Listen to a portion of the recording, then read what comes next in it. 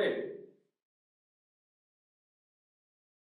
I wish to consider one sum that is from exercise, and the exercise is given in a chapter of accounting ratios. The first sum that I take is an objective style question. Look at the sum on the screen. Calculate ratios as asked. Trading account of D Limited shows opening stock, purchases and closing stock as rupees 50,000, 4,70,000 and 1,20,000 respectively. If total sales are 5 lakhs, calculate gross profit ratio. Now I am required to work out the gross profit ratio. What is the formula for gross profit ratio? That you have studied in a theory lecture. Gross profit ratio is equal to gross profit upon sales into 100. So now I am required to find out gross profit if given to me in the sum. If not given to me in the sum, I am required to find it out. I am required to find out the sales that is given to me in the sum. If not given, we are required to find out from the details available. Sales is given to you, but the rate of gross profit is not given to you. How to find out the gross profit? For the purpose of finding out the gross profit, from sales, you are required to deduct the cost of sales. Okay, are you given cost of sales here? No, you are not given a cost of sales. So you are required to find out the cost of sales. How to find out cost of sales? Opening stock plus purchases plus expenses for purchases minus closing stock is equal to cost of sales, cost of goods sold. Let me work it out. This is sales minus cost of sales is equal to gross profit less cost of sales. Now I am required to work out the cost of sales. How do I work out cost of sales?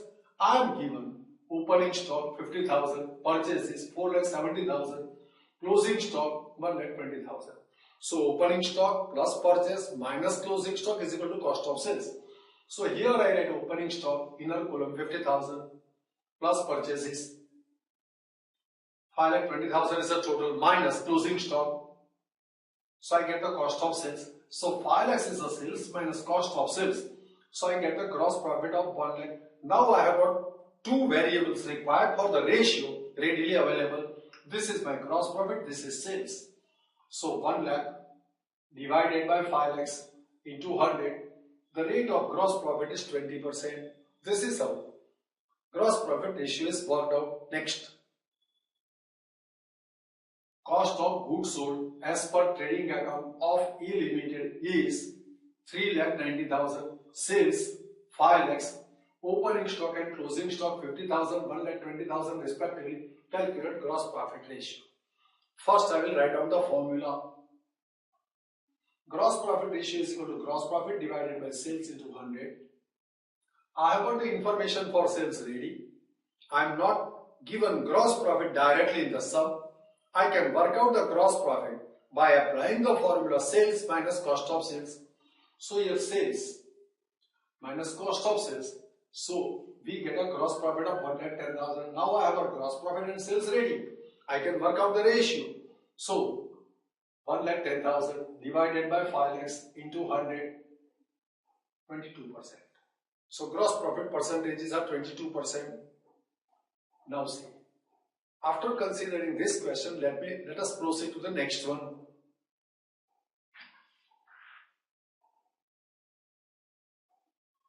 Following balances are available from books of F Limited at the end of accounting year. Opening stock plus purchases, carriage outward, freight and octroi, carriage inward, closing stock, cash sales. Now what I am required to work out? Cash sales is 1/5 of total sales. Calculate gross profit ratio. Now formula for gross profit ratio. Gross profit upon sales into 100. Now I am required to work out gross profit I am also required to work out the sales. From sales I will deduct cost of sales. I will get the gross profit. Okay. Now opening stock plus purchases plus expenses related to purchase. Carriage outward is a sales expense. Carriage outward expense occurs for the purpose of fetching or accommodating sales. So this carriage outward is a sales expense, but freight inward and freight and outward purchases, they are the expenses related to purchase. They are added to find out the cost of goods sold, purchase expenses. From this total I am required to deduct the closing stock. So I will get the cost of sales. I got the cost of sales. I want to find out gross profit. From sales I am required to deduct this cost of sales. Cost of sales is worked out. Now let me find out the total sales. Cash sales is 1/5 of total sales and cash sales is 1 lakh. Look at it. Cash sale is equal to total sales into 1/5. This is a relationship. Cash sales is 1 lakh. 1 lakh is equal to total sales into 1/5. So transfer this 1/5 to the opposite side. So 5 ones are 5 lakhs. So total sales is equal to 5 lakhs. So I got the sales, total sales, here cost of sales. Now by deducting cost of sales from sales, I will get gross profit. So sales minus cost of goods sold, gross profit. Now I have got ready available variables. So 1,15,000 divided by 5 lakhs, 23 5s are 115. So rate of gross profit is 23%. This is how gross profit ratio is worked out. Now let us proceed to the next question. As per trading account of I Limited, opening stock 130, closing stock 90,000, purchase during the year 10,35,000, expenses related to purchase 25,000, calculate stock turnover ratio, stock turnover, calculate stock turnover or stock turnover ratio. Now what is the formula for stock turnover ratio? We have studied by learning the conceptual aspect of accounting ratios. Stock turnover ratio is equal to cost of goods sold. Cost of goods sold divided by average stock. Now I want to work out cost of goods sold. Opening stock plus purchases plus expenses for purchases. From this total deduct closing stock. So you will get cost of goods sold. This cost of goods sold is available. Numerator is ready. Now to find out average stock, the formula to be applied, opening stock plus closing stock divided by 2. How much is the opening stock? Opening stock 1,30,000, closing stock 90,000. So 1,30,000 plus 90,000 divided by 2. That works out to be 2,20,000 divided by 2, 1,10,000. Now this is cost of sales, this is average stock. Numerator and denominator are ready. Work out the ratio. 11 lakhs divided by 1,10,000, 10 times. Stock gets turned over. So stock gets changed within 1 year. How many times? 10 times. That is stock turnover ratio. Next. Information about K Limited shows cash sales 6 lakhs, credit sales 6 lakhs. Rate of gross profit on cash sales is 10%. Gross profit on credit sales is 1,40,000. If opening stock is 2 lakhs and closing stock is 3 lakhs, calculate stock turnover. Now you know the formula for stock turnover. The formula for stock turnover, cost of goods sold divided by average stock. Now to find out the cost of goods sold, we are required to deduct gross profit from sales. Here the rate of gross profit for cash sales is different than the gross profit on credit sales. So we will merge cash sales and credit sales both together. Gross profit on cash sales and gross profit on credit sales will be merged, and from total sales, total gross profit will be deducted. This is how we will get cost of goods sold. Observe it. Gross profit is 10% on cash sales. So gross profit on cash sales is equal to 6 lakhs. Cash sales 6 lakhs. 10% is the rate of gross profit, 60,000. So this is gross profit on cash sales. I am given gross profit on credit sales 1,40,000. So this works out to be total gross profit 2 lakhs. Now how much is the total sales? Cash sales plus credit sales. Cash sales is 6 lakhs. Credit sales is also 6 lakhs. 6 plus 6, 12 lakhs is the total sales. Now from this total sales I will deduct the gross profit 2 lakhs. I will get cost of goods sold. Now I have got cost of goods sold in the numerator is required. Now I am required to work out the average stock. How average stock is obtained? Opening stock plus closing stock divided by 2. Observe it. Opening stock 2 lakhs, closing stock 3 lakhs, 2 lakhs plus 3 lakhs divided by 2, 2,50,000. Now, cost of goods sold 10 lakhs divided by average stock 2,50,000. So you get stock turnover ratio 4 times. This is how it's worked out. Very important thing is to first work out total gross profit, then work out total sales. From total sales, total gross profit is deducted. So you get the numerator, that is cost of goods sold. Average stock is simple to work out. Next. Sales as per books of L Limited is 10 lakhs. Closing stock is 2 lakhs. Calculate stock turnover ratio. Now see. In this sum, you are given the information of sales. You are given the information of only closing stock. Now, here we are required to work out the stock turnover ratio. The formula for stock turnover ratio is cost of goods sold divided by average stock. The details of cost of goods sold are not given to us separately, directly, or even it is not given to us indirectly. So we have to consider sales as the basis for the purpose of working out stock turnover ratio. Similarly, we are unable to work out the average stock because we are given only closing stock. Opening stock is not given to us. So we should presume that closing stock denotes the average stock level maintained in the business. So we are required to work out the stock turnover ratio by an optional alternative method where you look at sales divided by average stock. Closing stock is presumed to be average stock. Very important note, if the details pertaining to opening stock is not available, closing stock level is considered as average stock and stock turnover ratio is worked out. Similarly, the details of cost of sales is not available. Sales can take the place of cost of sales for working out the stock turnover ratio. It is better to have less precise information than no information. So this is how stock turnover ratio is worked out. That is 5 times. This is a very important presumptions that we have made. Just keep them in mind. Next.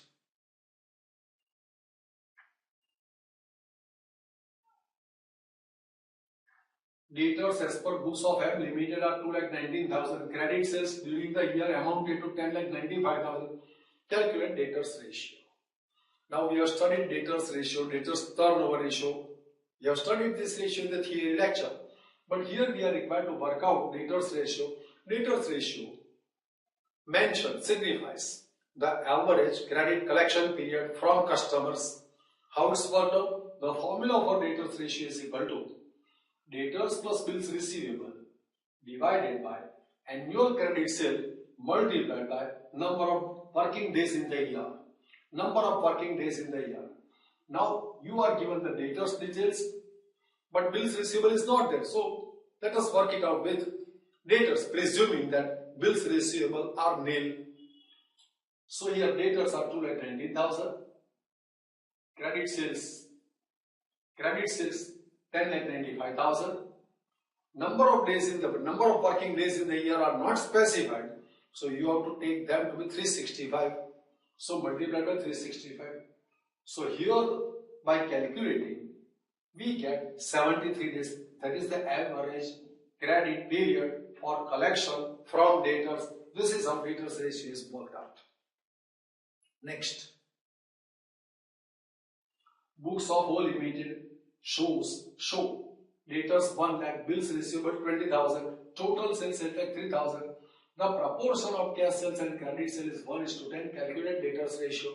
We are not given specifically credit sales, but indirectly the information is such that by indirect method we can find out the credit sales based on this ratio. Let us work it out. Formula for debtors ratio: debtors plus bills receivable divided by annual credit sale into number of days in the year, number of working days in the year. Now, credit sale I am not given straight away. It is given to me indirect. So, credit sale is equal to total sales into credit sales proportion. 1:11 shows that if total sales is 11, 10 is the credit sale. If the total sales is 11, 1 is the cash sales. So, the proportion of credit sale is 10 against 11, 10 upon 11, that is the proportion of credit sales. So, I am given the total sales at 3000, credit sales proportion 10 by 11, so that works out to be 7,30,000. So, 7,30,000 is the credit sale. Now, I got the credit sales. Let me work it out. Debtors plus bills receivable 1 lakh plus 20,000 divided by credit sale 7,30,000. Number of working days are not prescribed, so we should take 365 days as the working days in a year. So into 365. 60 days average credit period for collection from debtors. This is how debtors ratio is worked out. This is an important point to be observed. Now next. Creditors are 23,500, bills payable 6,500 as per books of S Limited. Cash purchases and credit purchases amounted to 67,500 and 182,500 respectively. Calculate creditors ratio. Creditors ratio shows or signifies the average payment period to the supplier. Average payment period to the supplier from whom we have purchased goods on credit. Now what is the formula for creditors ratio? Creditors plus bills payable divided by annual credit purchase into number of days in the year. We have studied this formula in a theory lecture. Now, creditors plus bills payable 23,500 plus 6,500. Annual credit purchase amounted to 1,82,500 into number of days in a year 365. If you calculate on calculator, you will get the answer to be 60 days. That is the average payment period. So if you are asked to work out average payment period, you have to work out creditors ratio. If you are asked to find out creditors ratio, means you are working out average payment period. Next. From the following information related to U Limited, for the year ended on 31st of March 2004, determine average payment period, means you have to work out the creditors ratio. Total purchase minus cash purchase, you will get the credit purchase. But from credit purchase, you are required to deduct this purchase return, so you will get the net purchase. This is how net credit purchase will be obtained. Balance of creditors, balance of bills payable is given to you.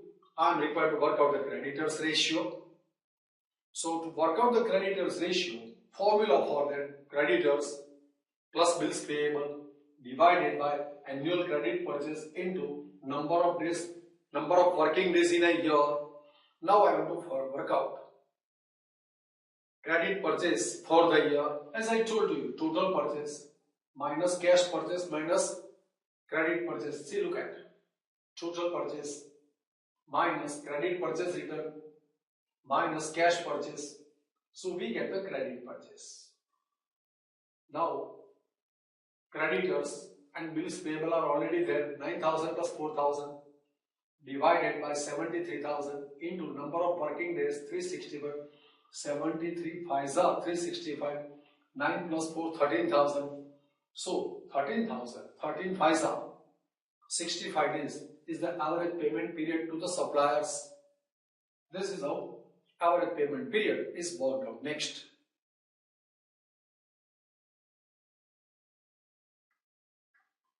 Certain balances as per balance sheet of B Limited, whereas under creditors, bills payable, bills receivable.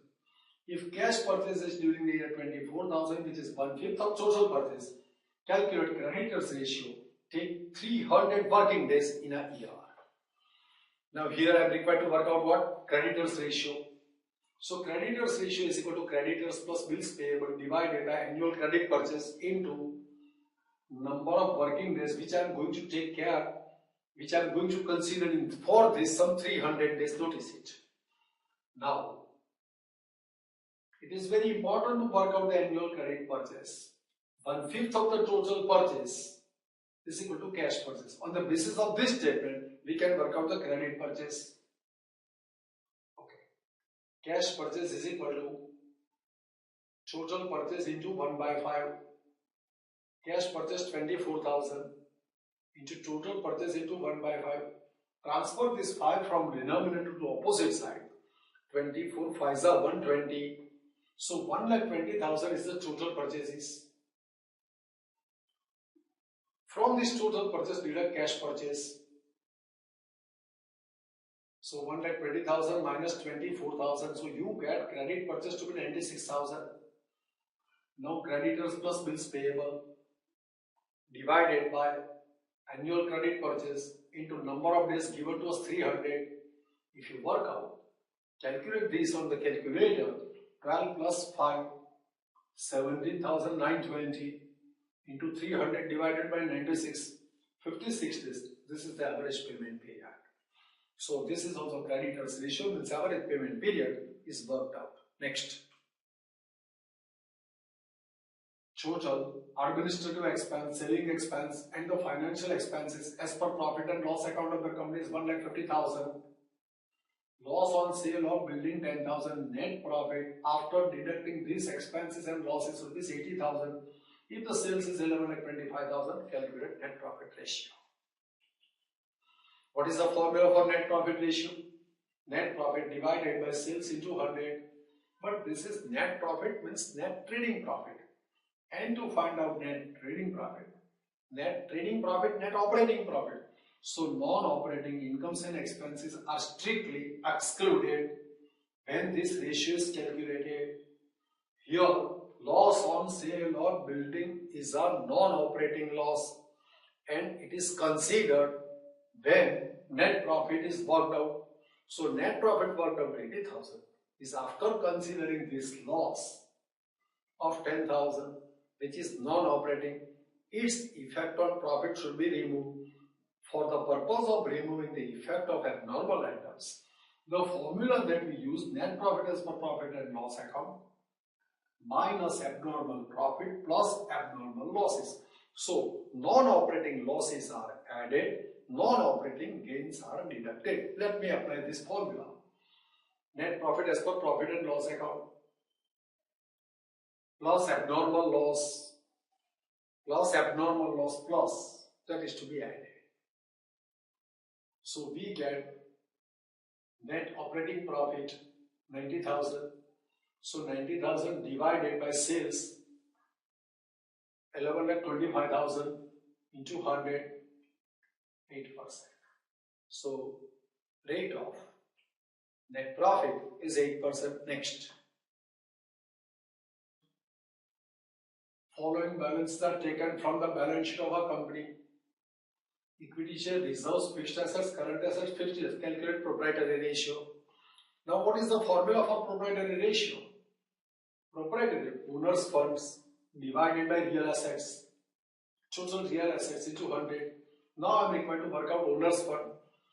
Equity share capital plus reserve makes the owner's fund. Real assets, fixed assets and current assets make real assets. Then what about this fictitious asset? Fictitious assets are miscellaneous expenses not written off. It is to be deducted from the owner's fund. That's an important point to be remembered. So I want to work out owner's fund, equity share capital plus reserves and surplus minus fictitious asset. These are the owner's funds for 40. Now I want to work out the real assets, fixed assets plus current assets. These are the real assets, real tangible assets. Now owner's fund 540 divided by 9 lakhs into 100. 9 6 are 54, 60%. So owner's fund are 60% of the real assets. That is the observation of this proprietary ratio. Now I have tried to explain all these ratios. They are the objective style questions. We have discussed all this ratio in theory lecture. I think you have followed all these things. Thanks to all.